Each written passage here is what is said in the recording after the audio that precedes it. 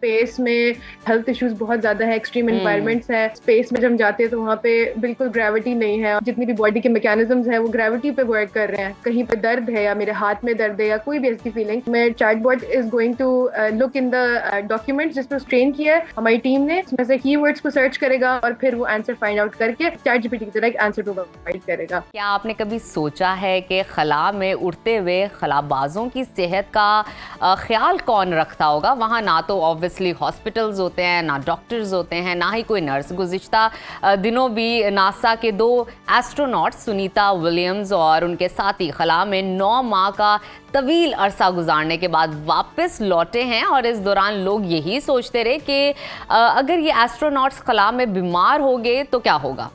लेकिन अब इस सवाल को लेकर हमें परेशान होने की कतई ज़रूरत नहीं रही, क्योंकि इस मसले का हल निकाल लिया गया है। और अच्छी बात यह है कि ये हल निकाला है पाकिस्तान की एक होनहार तालिबा ने, जिन्होंने आर्टिफिशियल इंटेलिजेंस की मदद से एक ऐसा बोर्ड तैयार किया है जो खलाबाजों की जहनी और जिस्मानी सेहत का बारीकी से ख्याल रखता है और एस्ट्रोनॉट्स को सेहतमंद रहने में मदद देता है। तो आइए उस ज़हीन, मेहनती और बाहिम्मत स्टूडेंट से आपकी मुलाकात कराते हैं जो ना सिर्फ पाकिस्तान बल्कि पूरी दुनिया के लिए एक मिसाल बन चुकी है। हमारे साथ मौजूद हैं young and talented student Alvia Batool. Alvia, welcome to Suno Pakistan.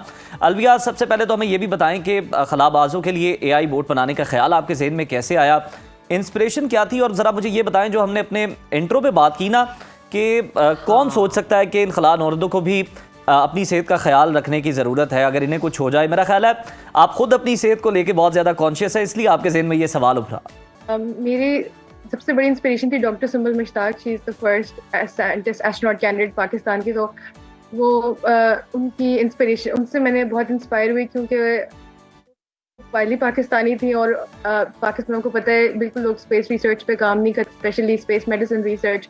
तो उन्होंने मुझे बहुत मोटिवेट किया और मुझे बहुत सपोर्ट किया कि, और मुझे डिफरेंट प्लेटफॉर्म्स दिखाए कि मैं किस तरह से अपनी रिसर्च कंडक्ट कर सकती हूँ।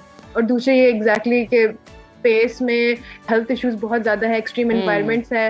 लोगों को ज्यादातर लोगों का फोकस होता है जमीन पे जो इलनेसेस है, प्रॉब्लम्स है, उस पर ज्यादा फोकस करते हैं। लेकिन ज्यादातर लोग सोचते नहीं है कि स्पेस में जब हम जाते हैं तो वहाँ पे बिल्कुल ग्रेविटी नहीं है, और वहाँ पे आप जितनी भी बॉडी के मैकेनिज्म्स है वो ग्रेविटी पे वर्क कर रहे हैं। तो उस पर भी मुझे ज़्यादा इंटरेस्ट था कि फोकस होना चाहिए कि अगर आपके पास ग्रेविटी नहीं है तो उसमें आपकी बॉडी सिस्टम कैसे काम कर सकते हो, कैसे उसकी हेल्प कर सकते हो। अच्छा अलविया, हमें ये भी बताइए कि एआई बोर्ड के बुनियादी फीचर्स क्या हैं, ये काम कैसे करता है और इससे क्या काम लिया जा सकता है?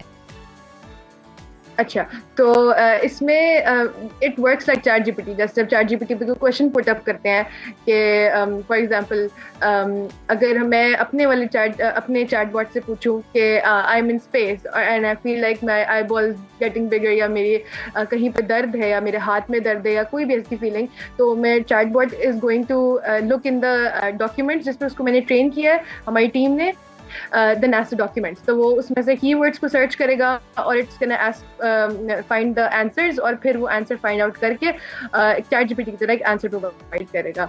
तो user friendly, easy to use है।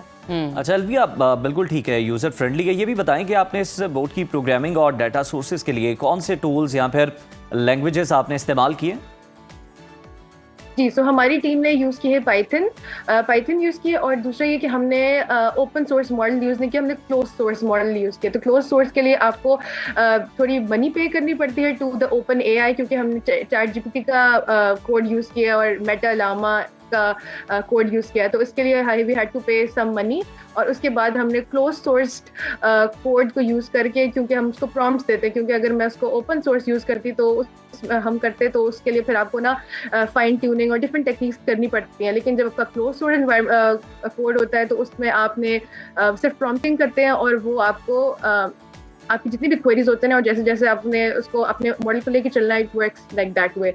तो we use Python and yes close source model. बिल्कुल ठीक। अच्छा अलविया, ये भी बताइएगा, ये बोर्ड सिर्फ फिजिकल हेल्थ पर ही काम करता है या जहनी सेहत के पहलुओं को भी मॉनिटर करता है? क्योंकि ऑब्वियसली आप ग्रेविटी से उस टाइम पे दूर होते हैं और लोनलीनेस का भी शिकार होते हैं, सोशलाइजेशन से भी दूर होते हैं और एक अलग किस्म का इन्वायरमेंट होता है। तो क्या अगर आपको मेंटल इशू हो जाए तो उस सूरत हाल में भी ये काम करता है?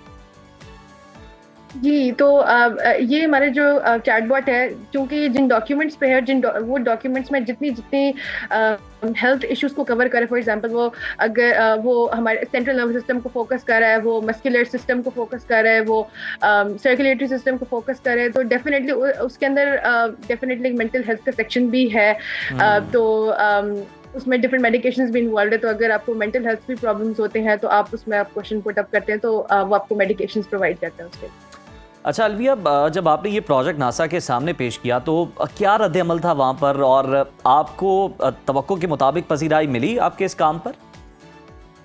जी बिल्कुल, सब बहुत एवरीवन, आपको पता है जैसे एक अमेरिकन कल्चर होता है, सब बहुत सपोर्ट करते हैं और हर एवरीवन वाज सेइंग कि आपका प्रोजेक्ट इट्स वेरी इंटरेस्टिंग और बहुत उनको बहुत पसंद आया। और जब मैंने अपना प्रोजेक्ट, जब सबसे मुझे अच्छी बात है कि जब मैंने presented my project to NASA के एस्ट्रोनॉट जो माइकल बैरेट, तो उन्होंने मुझे फीडबैक्स दिए, बहुत वैल्यूएबल फीडबैक्स कि अपने प्रोजेक्ट को आप किस तरह से थोड़ा सा अपलिफ्ट कर सकती हैं, इसमें क्या मॉडिफिकेशंस आप और कर सकती हैं। तो वो बहुत फ्रूटफुल था कि मुझे लर्निंग एक्सपीरियंस हुआ कि मैं उनसे उनके सजेशंस को अब नाउ अपने रिसर्च में यूज कर सकती हूँ। डेफिनेटली इतनी पजीराई मिली है आपको अलविया, और लोगों ने आपके प्रोजेक्ट को पसंद किया, इंटरनेशनल लेवल पे आपको प्रेज किया गया।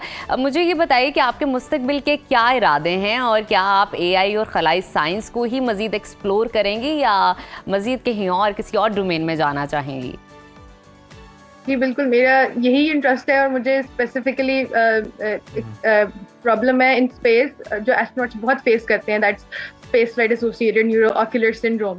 जब आप स्पेस में जाते हैं तो आपकी आईज में ना सर्टेन वाटर प्रेशर होता है। अगर मैं उसको बहुत आसान अल्फाज में बताऊं तो एक सर्टेन प्रेशर होता है कि जो ग्रेविटी की वजह से मेंटेन रहता है जब आप जमीन पे हैं। जैसे ही आप स्पेस में जाते हैं तो आप ग्रेविटी होती नहीं है, तो आपका जो आई के फ्लूइड है ना प्रेशर्स वो चेंज हो जाते हैं, तो उसकी वजह से बहुत इश्यूज होते हैं। तो वो मेरा फोकस है, तो मैं उसी में आगे फर्दर भी रिसर्च। बिल्कुल अलविया, आप बड़ा ज़बरदस्त काम कर रही हैं और आपकी जो सोच है वो भी बहुत बड़ी है। देखें ना, यहाँ पे अगर हम देखें तो कुछ लोग नॉर्दर्न एरियाज में जाते हैं तो वो मोशन सिकनेस का शिकार हो जाते हैं। तो आपने तो एस्ट्रोनॉट्स के बारे में सोचा कि उनके साथ क्या बीतती होगी जहाँ पे जीरो ग्रेविटी है।